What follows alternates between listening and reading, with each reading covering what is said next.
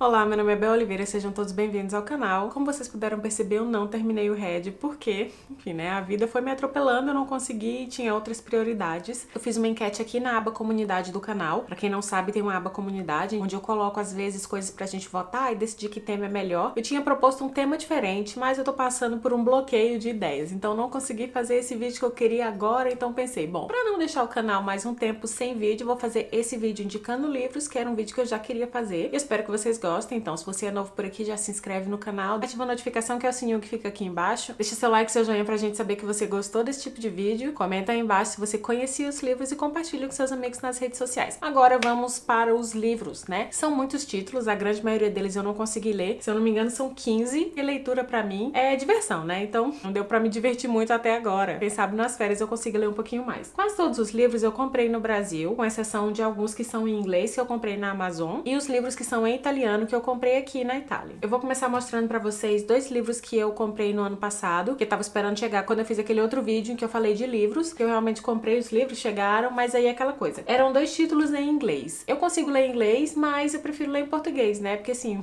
não quero ficar estressando a minha cabeça. E aí são esses dois aqui, que é o Children of Blood and Bone, que é Filhos de Sangue e Osso. Tá vendo, meninas? Tá focando? Tá focando. E o outro é How Democracies Die, que é Como as Democracias Morrem, que inclusive eu já fiz um vídeo sobre esse livro aqui, falando das democracias recentemente. Esse aqui eu tive que ler em inglês porque eu queria fazer o vídeo. Esse aqui eu vou ler ainda em português. Vamos seriamente para o primeiro livro que eu quero indicar pra vocês. Esse aqui é O Príncipe, do Maquiavel, que é um clássico, né, gente? Quem não conhece esse livro precisa urgentemente conhecer. Essa é uma edição de bolso, você consegue ler ela rapidamente. Nem sei quanto foi, bem baratinho, 10 reais, 15 reais, eu não sei, não lembro. Mas eu vou colocar aqui embaixo os links de todos os livros que eu tô falando pra vocês clicarem. E já adianto que se você comprar os livros pelos links que a gente coloca aqui embaixo, você não paga nada mais por isso, mas a gente ganha uma pequena comissão quando você fecha a compra. Então, se você quiser comprar alguma coisa, compre aí pelo link e aí ajuda essa pessoa que está aqui fazendo vídeos sem ganhar nada, não é mesmo? Um livro que trata basicamente de política. Maquiavel é considerado o pai das ciências políticas porque ele escreveu isso aqui. Isso aqui não era um livro, era uma carta. Aqui na contracapa do livro tá escrito assim: O Príncipe foi dedicado ao governante de um estado ameaçado. Nesse contexto, Maquiavel defende a autonomia da política em relação à moral e à prerrogativa absoluta do governante para garantir a estabilidade do estado e o bem comum da nação. A obra revela os mecanismos de conquista e da manutenção do poder do príncipe em vista da sabedoria e perenidade do estado. Então aqui ele fala coisas absolutamente interessantes. Esse livro aqui foi escrito em 1513, se eu não me engano, e só foi publicado depois da morte do Maquiavel, em 1532. São 26 capítulos, e a história do livro é a seguinte: o Maquiavel era um cara muito inteligente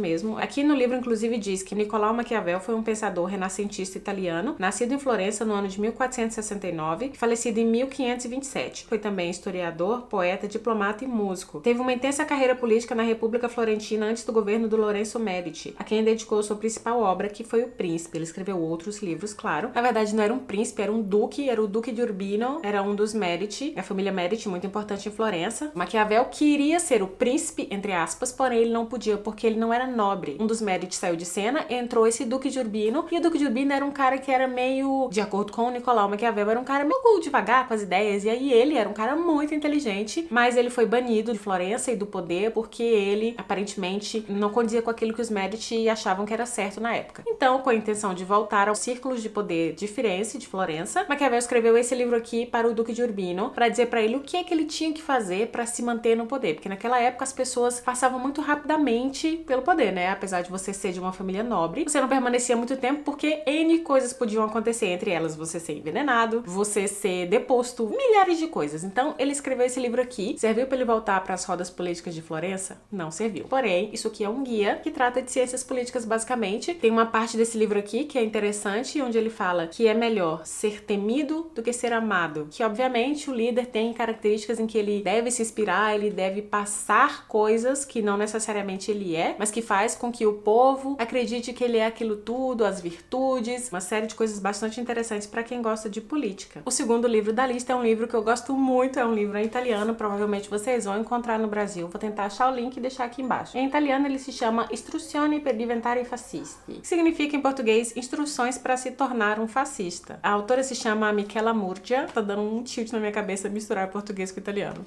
Desculpa. E aqui na capa é o Forrest Gump, dizendo fascista é que fascista fa, que significa se você aparenta ser um fascista, você é um fascista. Uma coisa assim, mais ou menos, em tradução muito livre. E aí, esse livro é um livro absolutamente, incrivelmente, maravilhosamente debochado. Eu recomendo demais. Aqui no fundo, na contracapa, ela fala: ser democrático é uma fadiga enorme. Então, por que a gente continua a ser democrático quando a gente pode pegar uma via mais rápida e segura? Aqui no começo, ela já fala que o fascismo sabe esperar. O fascismo é como uma herpes e que ele pode resistir no organismo por anos e anos e anos, até que a democracia, que parece ser muito estável, dê sinais de fraqueza, e daí ele ataca o sistema imunitário, causando aquele estrago que uma herpes pode causar. E aí ela acrescenta que uma democracia jovem é mais difícil de ser atingida pelo fascismo, mas se uma democracia já tiver alguns anos aí nas costas e tiver esquecido seu passado, porque não se fala sobre isso, é muito fácil que o fascismo volte ao poder, sem que seja necessário pegar em uma arma, fazer uma guerra, nada disso, porque a democracia por si só vai dar a oportunidade do fascismo se afirmar e finalmente prevalecer. É um livro imperdível, realmente. Essa autora tem outros títulos aqui, ela é italiana. Eu recomendo que vocês procurem, se chama Michela Murgia. Muito, muito, muito bom esse livro. O próximo livro da lista eu já mostrei também num vídeo, que é aquele vídeo que eu falei das democracias, que é Como Funciona o Fascismo, do Jason Stanley. Que eu li esse livro pra fazer o vídeo, incrivelmente maravilhoso esse livro, mas assim,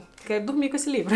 Muito bom mesmo. Então, eu recomendo que vocês leiam. Eu não vou fazer um resumo sobre ele, porque já falei no vídeo sobre as democracias, então dei uma olhadinha que tá aqui em cima, já botei o link, né, eu acho. Pra quem gosta de política, pra quem se interessa sobre o que é de fato fascismo, né, que não só os achismos do comunismo, do fascismo, fascismo de esquerda, coisas que são absolutamente sem nenhum sentido, né, sem nenhum embasamento, só coisas, enfim, da cabeça das pessoas. Esse livro aqui é muito bom. A Política do Nós e Eles, do Jason Stanley. O próximo livro é um livro que chegou pra mim recentemente, que eu estava louca para comprar esse livro, que é o 1984, do George Orwell. Não li ainda porque esse livro foram os meus amigos que trouxeram do Brasil pra mim agora, antes do casamento. Eles chegaram no dia 1º de maio, né? Então, enfim, não tive muito tempo. Esses livros aqui, a grande maioria, como eu já falei, eu não consegui ler ainda, só vou conseguir ler nas férias. Mas esse livro aqui, eu já li muitas coisas sobre ele. Inclusive, foi esse livro aqui no qual se baseou o modelo do Big Brother, desse reality show que tá no Brasil aí há 350 anos. E, obviamente, não tem nada a ver uma coisa com a outra. É só pelo fato de que aqui as pessoas são observadas pelo governo. E é praticamente a história do Brasil em 2019. Você encontra maneiras de manipular a verdade, existe uma nova verdade, né? Como eu vi esses dias na internet, a verdade sobre a verdade. Tudo agora tem uma nova interpretação. Eu já falei, fascismo de esquerda, nazismo de esquerda, tudo aquilo que não interessa, tudo aquilo que não é bom, tudo aquilo que não se pode associar à direita, passa a ser de esquerda. Esse livro aqui conta a história de um personagem que se chama Winston Smith, e aí eu vou ler aqui a contracapa. 1984 é uma das obras mais influentes do século XX, um inquestionável clássico moderno. Publicado em 1949, quando o ano de 1984 pertencia a um futuro relativamente distante, tem como herói o angustiado Winston Smith, refém de um mundo feito de opressão absoluta. Em Oceânia, ter uma mente livre é considerado crime gravíssimo, pois o grande irmão, o Big Brother, líder simbólico do partido que controla tudo e a todos, está de olho em você. No íntimo, porém, Winston se rebela contra a sociedade totalitária na qual vive. Em seu anseio por verdade e liberdade, ele arrisca a vida ao se envolver amorosamente com uma colega de trabalho, Julia, e com uma organização revolucionária secreta. É uma distopia, né, que é uma realidade totalitária. Tô ansiosa para começar a ler nas férias, provavelmente vai ser o primeiro livro que eu vou começar a ler. Um livro que eu comecei a ler recentemente, mas tô dando pausas porque não tô com tempo realmente, é esse aqui da Octavia Butler, que é o Kindred. Em português se chama Laços de Sangue. Incrivelmente maravilhoso pelo que eu já consegui ler até agora. Octavia Butler é considerada a grande dama da ficção científica. Então esse livro aqui, vou ler para vocês a contracapa. Em seu 26º aniversário, Dana e seu marido estão de mudança para um novo apartamento. Em meio a pilhas de livros e caixas abertas, ela começa a se sentir tonta e cai de joelhos, nauseada. Então o mundo se despedaça. Dana repentinamente se encontra à beira de uma floresta próxima a um rio. Uma criança está se afogando e ela corre para salvá-la. Mas assim que arrasta o menino para fora da água, vê-se diante do cano de uma antiga espingarda. Em um piscar de olhos, ela está de volta ao seu novo apartamento, completamente encharcada. É a experiência mais aterrorizante da sua vida, até acontecer de novo e de novo. Quanto mais tempo passa no século XIX,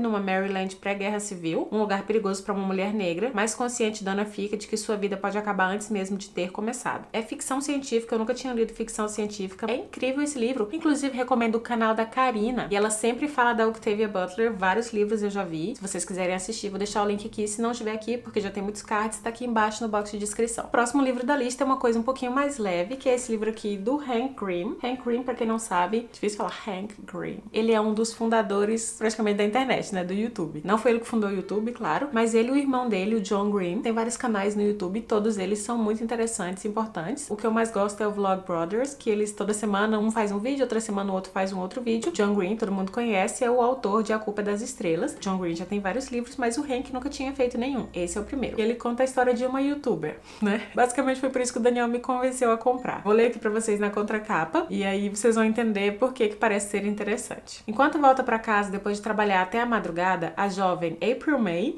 o nome é engraçado, esbarra numa escultura gigante. Impressionada com sua aparência, uma espécie de robô de 3 metros de altura, April chama seu amigo Andy para gravar um vídeo e postar no YouTube. No dia seguinte, a garota acorda e descobre que há esculturas idênticas em dezenas de cidades pelo mundo, sem que ninguém saiba como foram parar ali. Por ter sido o primeiro registro, o vídeo de April viraliza e ela se vê sob os holofotes da mídia mundial. Agora ela terá que lidar com os impactos da fama em seus relacionamentos, em sua segurança e em sua própria identidade. Tudo isso enquanto tenta descobrir o que são esses robôs e o que querem de nós. Divertido e envolvente, o livro de estreia de Hank Green trata de temas muito relevantes nos dias atuais. Como lidamos com o medo do desconhecido e, principalmente, como as redes sociais estão mudando conceitos como fama, retórica e radicalização. Daniel comprou ele em inglês e leu ele muito rápido e aí eu resolvi, que a gente estava no Brasil, comprar também a versão em português para que eu conseguisse entender. E ele gostou muito, disse que é a minha cara. Então, meninas e meninos também, procurem esse livro que deve ser interessante. O próximo livro é aquela coisa que eu gosto bastante, muito tapa na cara da classe média brasileira. E é esse livro aqui do Gessé Souza. Gessé Souza, todo mundo conhece, que é o cara que escreveu A Elite do Atraso, que fala exatamente como a sociedade brasileira funciona. Nesse livro aqui, ele está incrivelmente maravilhoso, falando exatamente sobre a classe média, suas histórias, seus sonhos e ilusões e sua realidade, né? Como as pessoas muitas vezes não se veem, não se enxergam, basicamente é isso. E aí é que ele fala quem somos, de onde viemos, o que pensamos e o que sonhamos. Em seu mais recente, ambicioso e aguardado trabalho, Gessé Souza traz uma reconstrução histórica e social da classe média brasileira que você nunca ouviu nem leu em nenhum outro lugar. Com um panorama histórico inédito, você vai conhecer as origens dos seus valores morais e desvendar os mecanismos de poder invisíveis que há tanto tempo manipulam a classe média e mantêm sua docilidade frente a uma exploração pela elite. É porque assim, a classe média não tem muito bom senso no Brasil, né? Geralmente, se você não é essa classe média, então não tô falando com você. Mas, no geral, é isso que acontece. A classe média se enxerga muito como uma elite, enquanto claramente não é. Faz parte da classe trabalhadora, embora não se veja, né? Porque se ganha um pouquinho mais, acha que não é. Falei aqui de consciência de classe, vocês podem dar uma conferidinha naquilo que eu acho sobre isso. E não era sobre esse livro que eu tava falando, mas esse livro também vem a calhar para esse assunto. É o primeiro livro inédito desse autor depois da Elite do Atraso e ele é dividido em A Moralidade da Classe Média, A Construção da Classe Média Brasileira e Trajetórias de Vida. Consegui ler pelo menos metade enquanto a gente tava vindo do Brasil pra cá. Preciso terminar urgentemente porque é um livro muito bom. Próximo livro da lista é esse aqui da Angela Davis, que é Mulheres, Raça e Classe. É um livro de 1981, mas que só recentemente, assim, não sei dizer exatamente quando, talvez há menos de 5, 10 anos tenha se tornado muito popular no Brasil. E aí agora, com os canais do YouTube, né, com pessoas negras tendo um pouco mais de voz, esse livro aqui passou a ser um livro que basicamente todas as pessoas que falam sobre leitura na internet já falaram sobre ele. Ele é um livro que fala de feminismo, de racismo, de capitalismo, fala sobre desigualdade, discriminação, pobreza, tudo isso envolvendo essas três coisas aqui, que é gênero, raça e classe, o que torna esse livro um clássico da interseccionalidade. Eu vou ler um trechinho pra vocês só do início aqui. Mulheres, Raça e Classe é uma obra fundamental para entender as nuances da opressão. Começar o livro tratando de escravidão e seus efeitos, da forma pela qual a mulher negra foi desumanizada, nos dá a dimensão da impossibilidade de se pensar um projeto de nação que desconsidere a centralidade da questão racial, já que as sociedades escravocratas foram fundadas no racismo. Além disso, a autora mostra a necessidade de não hierarquização das opressões, ou seja, o quanto é preciso considerar as intersecções de raça, classe e gênero para possibilitar um novo modelo de sociedade. Para você que é uma pessoa branca e está tentando debater sobre racismo, para você que é uma pessoa negra e não entende muito como é que funcionam essas coisas, tá chegando agora no debate, não tem muita referência, esse livro aqui é simples de ler e é uma aula, como todos os livros da Angela Davis, então recomendo que você compre esse aqui, todo mundo deveria ter. O próximo livro, que eu já mostrei a versão em inglês, é esse aqui, que é o Filhos de Sangue e Osso, Children of Blood and Bone. A diferença, obviamente, né, que um é em inglês e o outro é em português. Esse aqui é menorzinho, eu não sei se tá focando, meninas. O cabelo branco da menina, da capa, é em alto relevo, não sei se vocês conseguem ver direitinho. É um cinza brilhante, muito bonita essa capa. E não tem a mesma coisa na versão em português, mas tem umas coisas brilhantes aqui, que é essa parte aqui dos símbolozinhos que são dourados. Não sei dizer muito se existem outras diferenças, outras particularidades, se um em português e em inglês, não sei. A não ser que a versão em inglês é muito mais barata, a versão original é sempre mais barata, né? Esse livro aqui é o Harry Potter dos negros. Essa autora que se chama, não sei se vou falar o nome dela corretamente, se chama Tomi Adeyemi. Ela é uma autora nigeriana-americana que vivia na Califórnia e depois de se graduar em literatura de língua inglesa pela Universidade de Harvard, ela estudou mitologia, religião e cultura africana em Salvador, na Bahia, né, no Brasil. Ela é muito bonita, olhem só que mulher bonita esta, além de maravilhosa intelectualmente, é muito bonita. E aí eu resolvi comprar esse livro porque uma época todos os youtubers que eu seguia estavam recomendando esse livro aqui. Eu falei, por que não? Vou ler aqui a contracapa pra vocês. Zélie se lembra de quando o solo de Orisha, eu não sei se estou falando certo também a palavra, vibrava com magia. Queimadores geravam chamas, mereadores formavam ondas e a mãe de Zélie, ceifadora, invocava almas. Mas tudo mudou quando a magia desapareceu. Por ordem de um rei cruel, os magi viraram alvo e foram mortos, deixando Zélie sem mãe e as pessoas sem esperança. Agora Zélie tem uma chance de trazer a magia de volta e atacar a monarquia. Com a ajuda de uma princesa fugitiva, Zélie deve despistar e se livrar do príncipe que está determinado a erradicar a magia de uma vez por todas. Apesar disso, a maior ameaça para Zélie pode ser ela mesma, enquanto se esforça para controlar seus poderes e o seu coração. Filhos de Sangue e Osso é o primeiro livro da trilogia de fantasia baseada na cultura iorubá, O Legado de Orisha, e está sendo adaptado para o cinema. Se não me engano, esse ano ele sai no cinema. Eu quero muito assistir porque parece que é muito legal. Eu comecei a ler a versão em inglês, mas tive que parar porque a vida não me deixou terminar de ler e eu quero ler em português, né, para andar mais rápido. Mas a fila de livros está bem grande.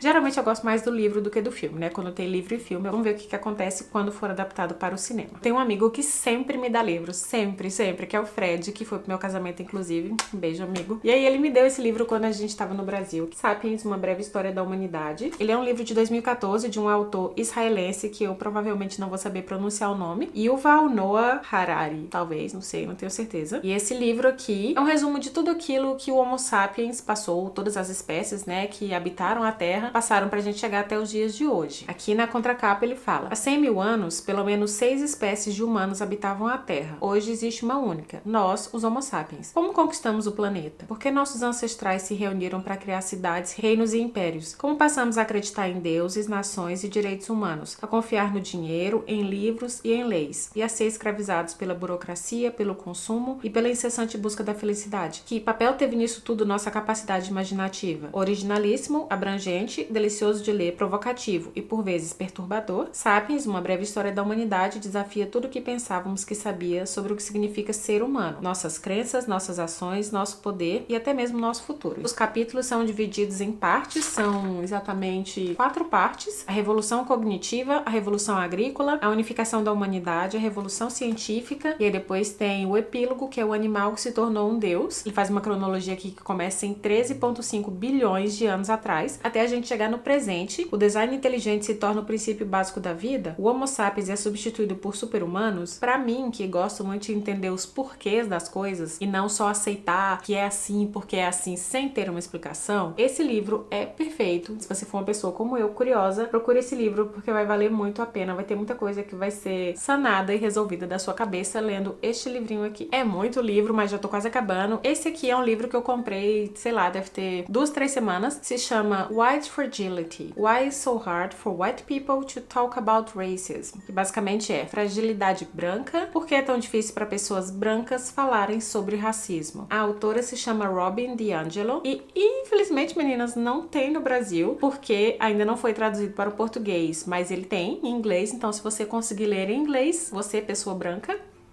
super recomendo que você leia um livro assim. Se você não encontrar, eu vou deixar aqui embaixo outros livros que abordam esse tema, essa questão, para você que é uma pessoa branca, quer ser antirracista, não sabe como fazer, não sabe o que você pode fazer para ajudar nessa luta, que não é uma luta dos negros, porque não são os negros que criaram o racismo, né? Leia livros como este. Agora vamos para um livro em italiano que se chama L'Amica Geniale, em português A Amiga Genial. Todo mundo estava falando desse livro, né? Inclusive aqui na Itália eu resolvi comprá-lo. Ele, inclusive, é uma série que passa na HBO, não sei se passa na HBO Brasil, e na Rai Uno, que é uma emissora de televisão italiana. Esse livro é um livro da Elena Ferrante, que é uma autora italiana de Nápoles. Na verdade, não se sabe quem é a Elena Ferrante, ela não tem rosto. Teve um jornalista que fez uma pesquisa e aí dizem que ele foi muito mau caráter, que foi muito invasivo, mas de fato não se sabe realmente quem é a Elena. Enfim, fica aí aquele enigma, é um codinome, digamos assim, né, da autora, que ninguém sabe quem é. Esse aqui, L'Amica Geniale, é o primeiro volume de uma série de 4 livros livros. Vou tentar traduzir aqui rapidinho pra vocês. O livro conta a história da amizade entre Lila Cerulo e Elena Greco e a infância delas em Nápoles dos anos 1950. Esse primeiro volume aqui conta a história delas da infância e adolescência. O segundo é a história del novo cognome. Não sei como é que chama em português, mas a tradução livre seria a história do novo sobrenome. E aí a história do novo sobrenome fala da juventude delas. A próxima é que é a história de chi fugge, de que resta. Seria a história de quem vai e de quem fica, em tradução muito livre, que fala do tempo di mezzo, que significa a idade adulta delas. E a última é a história della bambina perduta, que é a história da menina perdida, e fala da maturidade e da fase,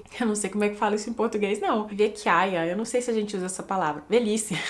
Tá louca. Então fala da maturidade e da velhice delas. E é uma amizade que dura uma vida inteira. Os 4 livros são essenciais que você leia. Não sei que capa vai ter no Brasil. Essa capa aqui tem porque existe a série aqui. Por dentro ele é assim, ó. Eita, foca menina. Tá focando? Não sei. Tá vendo, gente? Não sei, porque tem uma luz aqui, né? Eu não sei se tá focando realmente. Eu tô muito ansiosa pra começar a ler, só que agora eu tô bem lascada com as minhas provas, né? Não vai tá dando pra ler Dona Elena Ferrante. Então vou deixar aqui embaixo o link dele em português, mas quem quiser ler italiano também vou deixar. Por último, mas não menos importante, temos quem? O Conto da Aya. Eu não sei se tá focando, porque a luz tá aqui, ó, e aí é bem ruim de focar. Acho que tá focando, né, meninas? É um livro de Margaret Atwood. Existe até uma série sobre esse livro aqui, que se chama The Handmaid's Tale. Handmaid's Tale. É um livro de uma distopia, conta a história de uma sociedade absolutamente totalitária, onde as mulheres não têm direito a nada, existem grupos, né, castas que comandam, existem poucas mulheres que conseguem engravidar, então as aias são as mulheres que são férteis ainda, e existe toda uma história por trás. Eu comecei a assistir a série, mas, gente, a minha vida, olha, esse vídeo é um sem tempo, irmão, basicamente, porque tá tudo muito corrido. E aí o livro chegou pra mim junto com o 1984, minha irmã trouxe do Brasil, que meu amigo mandou. É um livro que eu queria ler há muito tempo, então vamos lá, vou ler aqui a contracapa. Offred tem 33 anos e é uma serva da República de Gilead, apenas uma aia na casa de um enigmático comandante do alto escalão do exército e de sua esposa. Ela tem permissão para fazer compras uma vez por dia em mercados cujos letreiros foram trocados por desenhos, já que agora as mulheres são proibidas de ler. Ela também é livre para rezar, fechada em seu quarto, seguindo os preceitos do Velho Testamento. E, sem que ninguém saiba, Offred também pode se lembrar de um tempo em que vivia com o marido e a filha e tinha um emprego antes de perder seu próprio nome. Mas a República de Gilead oferece apenas uma função real para as aias, que é procriar. Em um mundo devastado por radiação e pelos efeitos de uma guerra em andamento, a maioria das mulheres no que outrora foram os Estados Unidos da América são inférteis. Com a queda da natalidade, Offred foi separada da sua família e hoje é propriedade do governo, pertencendo à casta das mulheres escolhidas que ainda podem gerar filhos. Caso não cumpra as expectativas, Offred pode se tornar uma das não-mulheres, aquelas que não podem engravidar, as homossexuais, viúvas, adúlteras, feministas, condenadas a trabalhos forçados nas colônias, lugar onde o nível de radiação é fatal. Caso quebre as regras, as aias podem ter o mesmo destino dos criminosos comuns, o fuzilamento e a subsequente exposição ao muro, onde os mortos servem de exemplo em praça pública a todos os cidadãos. Em meio à opressão de um Estado teocrático,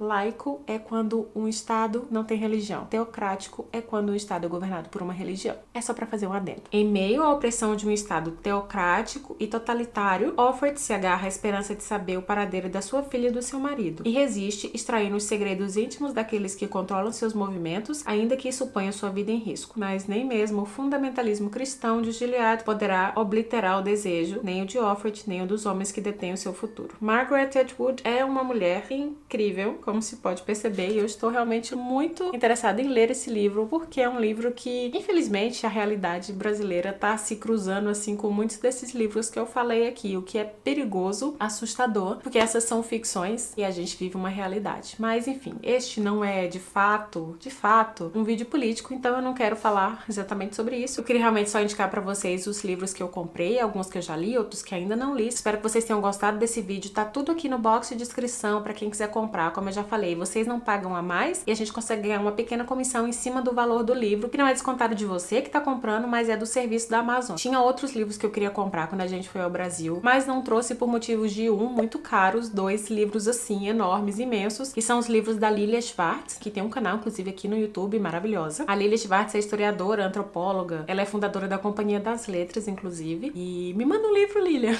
Já que a gente tá aqui falando de você, que sou sua admiradora. Os livros dela que eu queria comprar eram Brasil, uma biografia, fala do Brasil, de tudo aquilo que aconteceu desde que nós nos tornamos um país. Dicionário da Escravidão e Liberdade, que, como o nome já fala, trata sobre a escravidão no Brasil, e nem preto nem branco, muito pelo contrário, fala sobre a sociedade brasileira, racismo, escravidão, sobre como a gente ainda precisa abrir caminho pro debate, tem coisas que a gente não sabe ou que não faz questão de saber. Enfim, da próxima vez que eu for ao Brasil, eu vou comprá-los e aí eu mostro pra vocês aqui. Eu espero que vocês tenham gostado desse vídeo. Eu acho que foi um pouquinho longo, mas enfim, não consegui fazer mais curto que isso. Se inscrevam no canal, ativa a notificação, que é o sininho que fica aqui embaixo, pra você saber quando tem vídeo novo aqui no canal. Deixa seu like, seu joinha pra gente saber que você realmente gostou desse vídeo. Compartilha com seus amigos nas redes sociais. Manda pra aquele amigo seu que tá procurando um livro novo pra ler, alguma coisa pra se distrair. Comenta aí embaixo quais livros você conhece e quais você me recomenda, né? Porque sempre que alguém vem do Brasil, eu sempre peço livro e comida. Então deixa aí as dicas que vocês têm pra mim. Eu queria também agradecer aos padrinhos do canal. Obrigada por estarem aqui com a gente, ajudar o canal a ir pra frente, né? Porque a gente sabe que é um pouco difícil quando você é um criador pequeno. Obrigada também pelos 7.000 inscritos. Eu sei que já faz um tempo que eu não venho aqui agradecer, mas muito obrigada. Fico muito feliz de ter vocês aqui com a gente. Passem lá pelo Padrim, que é a plataforma de apoio ao canal. O apoio é a partir de R$1. O link tá aqui embaixo. A gente se vê no próximo vídeo. Um beijo, tchau, tchau!